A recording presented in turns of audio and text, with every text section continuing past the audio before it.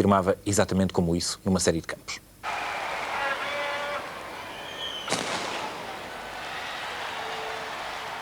Campeonato Europeu de Atletismo. Fim de agosto na cidade jugoslava de Split. A Alemanha Oriental arrebata 34 medalhas.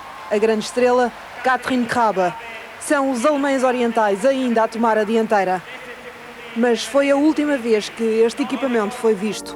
A última vez que se ouviu este hino nas competições internacionais de atletismo. Agora, os olhos viram-se para o colosso desportivo que vai ser a Alemanha Unida e para aquela que se espera venha a ser uma representação imbatível, a Alemanha, em Barcelona 92. Porque em 88, as máquinas desportivas das duas Alemanhas ganharam juntas a maior parte das medalhas olímpicas. Tudo indica que a nova Alemanha Unida se tornará uma verdadeira superpotência.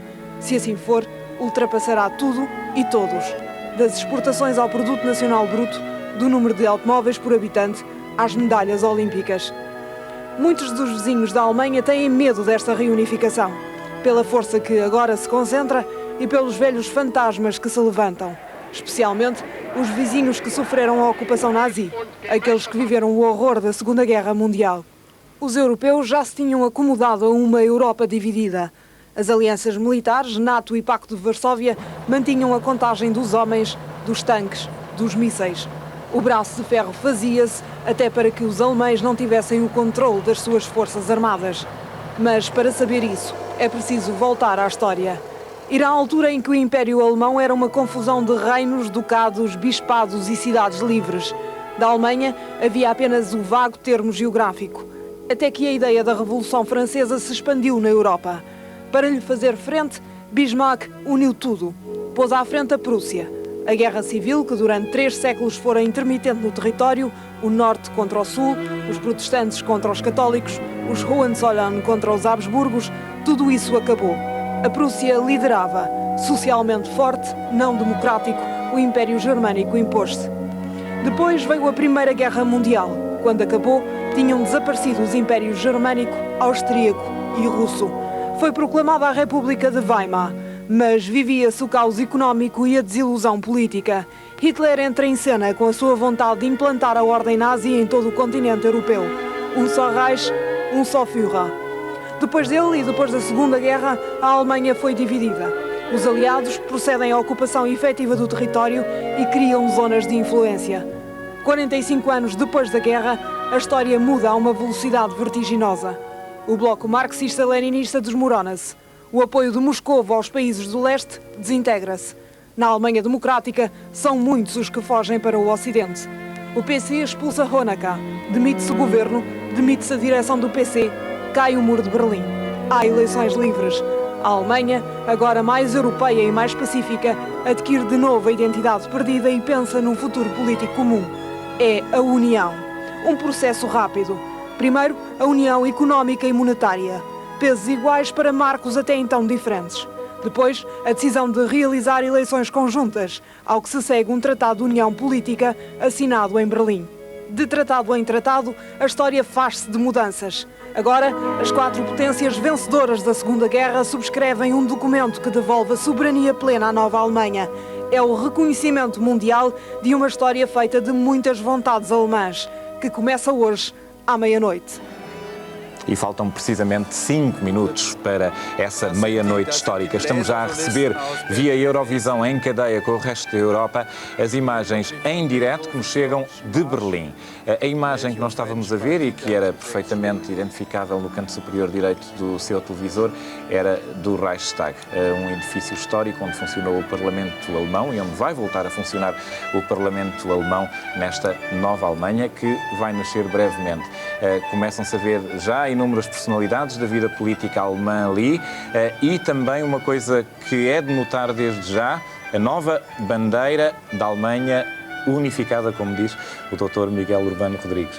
De qualquer modo, perdão, este ambiente aqui em frente ao Reichstag é muito mais solene do que aquele que vimos há pouco em frente às portas de Brandemburgo, onde aí sim havia já um júbilo popular. De resto, esta noite vai ser marcada por uma série de manifestações de toda a espécie. Há inclusivamente concertos de música pop por todo o lado, há efeitos de som e luz que prometem ser grandiosos.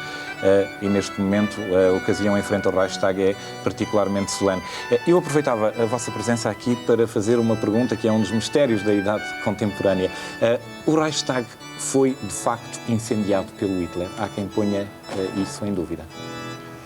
As versões que eu tenho recolhido, das histórias que eu tenho lido... Aquele edifício que estamos a ver ali neste momento. Dão como conclusão, talvez se possa dizer como conclusão a seguinte: o Reichstag foi incendiado por um súbdito holandês que foi impulsionado por autoridades alemãs a praticar esse ato.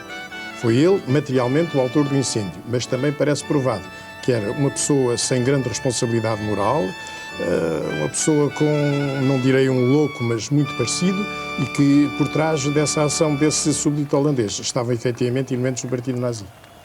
Partilha desta opinião? Sim, aliás, há pormenores. Há pouco citava o livro do historiador francês Gilbert Badiat, que é exaustivo quanto ao incêndio do Reichstag. O próprio julgamento de Dimitrov, os depoimentos no tribunal, só iria um pouco mais longe que o embaixador Franco Nogueira, dizendo que ele que era talvez mais quase um débil mental. Quase um débil mental. Joaquim Aguiar, tem alguma teoria ou aceita? Evidentemente que foi o partido nazi que manobrou o incêndio do Terceiro Reich, foi um instrumento. Quer dizer, eu nunca tenho teoria quanto aos factos. O ponto importante é que a utilização do facto só foi possível daquele modo porque justamente o poder nazi já tinha controlado, aliás por via democrática, controlado a vida parlamentar e utilizou esse facto para desencadear uma série de perseguições que aumentaram o terror, que é um dos fundamentos do regime totalitário. De qualquer modo, foi um facto marcante na vida da Alemanha e foi certamente marcante para a evolução do nazismo. O Reichstag, que ficava a poucos metros do muro de Berlim, que já não existe, e onde agora está a ser hasteada esta bandeira. Prejuízo de, na altura, se todos mostrarem surpreendentes. Nessa noite, o chanceler von Papen dava um jantar em honra do presidente de Edimburgo e o Dr. Goebbels dava um jantar em honra do próprio Hitler, e todos se mostraram extremamente surpreendidos com os primeiros telefonemas a anunciar o incêndio do Reichstag, e de início diziam que não queriam acreditar, mas é evidente que por parte do Hitler estavam informados do que se passava. Sr. Embaixador, neste momento a bandeira da Nova Alemanha está a ser hasteada e a escolha do local é francamente apropriada, em frente de facto ao Parlamento tradicional da capital alemã. Eu não creio que isso seja exato. Já está a admitir que a capital alemã é Berlim. Está praticamente assumido como Sim, mas tudo isso são os sinais da mudança radical que está a acontecer. Evidentemente.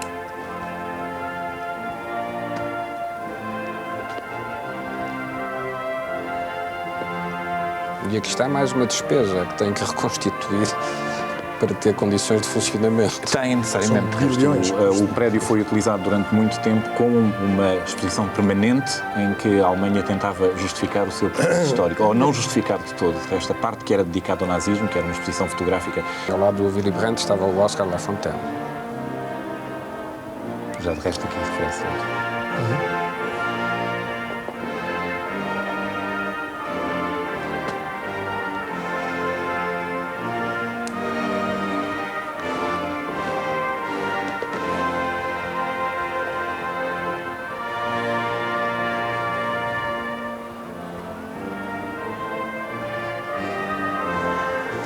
E este é daqueles momentos históricos que eu acho que as pessoas devem absorver. Nós aqui no estúdio estamos em pleno silêncio e eu acho que se está a passar uma repetição disso por todas as casas em Portugal e de resto por todo o mundo, onde estejam a ver esta cena. De facto é qualquer coisa de profundamente inspirador, mas que levanta todas aquelas apreensões que pouco a pouco vêm surgindo quando se filosofa sobre o significado, e eu volto a utilizar o termo, monumental deste ato.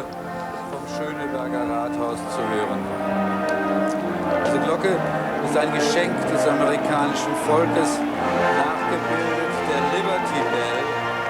Den amerikanischen, ich glaube in Philadelphia, war das den amerikanischen Unabhängigkeitskrieg eingeläutet. Eingraviert ist die Inschrift: Möge diese Welt mit Gottes Hilfe eine Wiedergeburt der Freiheit erleben.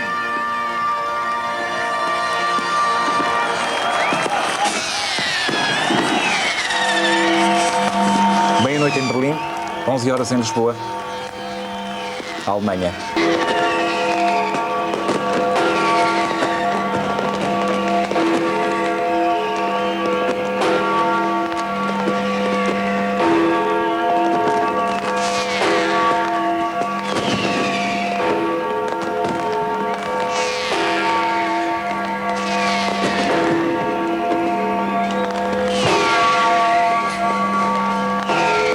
E agora sim a porta de Brandemburgo.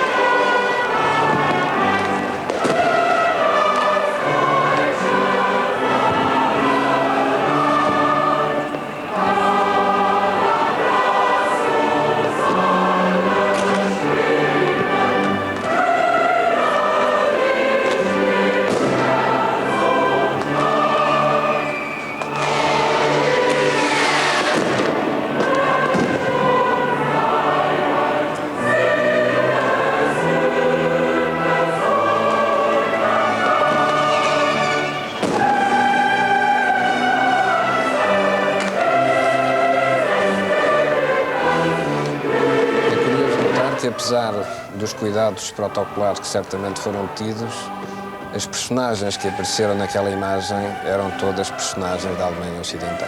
De facto. Reparou isso também? Também reparei. Pelo menos as outras estão escondidas, não Pois, disfarçadas. apesar dos cuidados protocolares que certamente existiram, Há também o aspecto de muitas não das personalidades não serem ainda conhecidas da vida pública mas alemã, os não que é? estavam na primeira fila eram seguramente. Seguramente. Balzac, Então, olha, tenho agora o Lothar de Maizière, que está do lado direito do ecrã, a cumprimentar como uma visita que chega. Isso, de resto, é uma leitura que se pode fazer desde já, que é uma tendência para uma supremacia do aparelho de Estado alemão ocidental, ou Sim, que era inevitável. transita eu penso dele. que é um Mas, de pouco resto, por mais. uma questão numérica também convém talvez explicitar isto, é que são 60 e tal milhões de alemães do Ocidente e são 17 milhões da Alemanha Orientais. Oriental. É verdade, mas atenção, há um ponto que penso que deve ser sublinhado. E agora sim, o tal o pórtico de Brandemburgo, construído em fins do século XVIII, por Karl Aquele Gotthard. fórum da Unter den Linden, que realmente conhece Berlim, claro, que é muito bonito. Todo o conjunto monumental, a cidade é Universidade de majestática, Humboldt, toda a Unter den Linden, tem a ópera. Mas o ponto que gostaria de sublinhar por parte das personalidades é que também, do ponto de vista dos partidos políticos, isto é, das estruturas formais do funcionamento democrático, houve um Anschluss, houve uma aquisição, na medida em que são os partidos do Ocidente que passam a representar também a parte oriental da Alemanha. Bom, também isso, de certo modo, é lógico, na medida em que olha, é o lógico. leste era unipartidário até aqui, não é? De modo que muito não poderá era oferecer inteiramente assim, tinha uma formação. formalmente alguns partidos, mas agora atenção ao pormenor central, é que os partidos do Ocidente eram também eles orientados na clivagem leste-oeste, ou se quiser, para simplificar, na clivagem pró-americanos, pró-soviéticos, ou mais próximos dos soviéticos ou mais próximos dos americanos. Como esse referencial desapareceu, começa a ser difícil perceber o que é que distingue uns dos outros. Nada. E era bom ser embaixador, é justamente esse o problema. Esse é que é o que problema. aquilo que está a ser discutido neste momento para as próximas eleições, no dia 2 de dezembro, é se aumentam os impostos ou se não se aumentam os impostos, isto é, problemas de mera administração. De grande importância, mas já pan-germânicos. Ora, justamente. O hino que nós ouvimos é o hino que nós conhecíamos da Alemanha Federal. A bandeira não tem nenhum símbolo, tem apenas... Não, retiraram a águia que tinha uma certa agressividade. Eu tenho a impressão que isso é um gesto de boa vontade para com o mundo. Pelo menos eu interpreto a metáfora desse género. Diria que é um gesto tático. Apesar de tudo, houve progressos nas técnicas de comunicação. Mas é um gesto manifesto. É chamada dominação suave. Há outro aspecto também que eu gostava da vossa opinião. Sondagens, têm sido feitas milhentas sondagens na Alemanha. Dão mais ou menos metade as pessoas que aceitam entusiasticamente esta unificação e as pessoas que têm sérias reservas, alemães que têm sérias reservas a esta partilha toda a forçada de Alemanha recursos. refere-se ao conjunto dos dois antigos Estados. Refiro-me ao conjunto, exatamente. O curioso Aos é 80 que, milhões. É que eu li, inclusivamente, uma entrevista com uma família da Alemanha que era oriental, que tinha tido a oportunidade de trabalhar no Ocidente e que tinha regressado à Alemanha Oriental porque tinha garantia de emprego e tinha uma existência mais garantida do que propriamente no mercado livre de trabalho, onde enfrentavam dificuldades que não tinham do outro lado. Portanto, pessoas com uma natureza mais conformista, vá lá com uma expectativa financeira mais limitada, mas que preferiam a segurança que era oferecida por um Estado de economia planeada do que propriamente um Estado de economia de livre concorrência, como é a Alemanha Ocidental. Pois, seguramente há imensas situações desse género, para um lado e para o outro. Agora, atenção ao que é que isso significa do ponto de vista político. Já apareceu.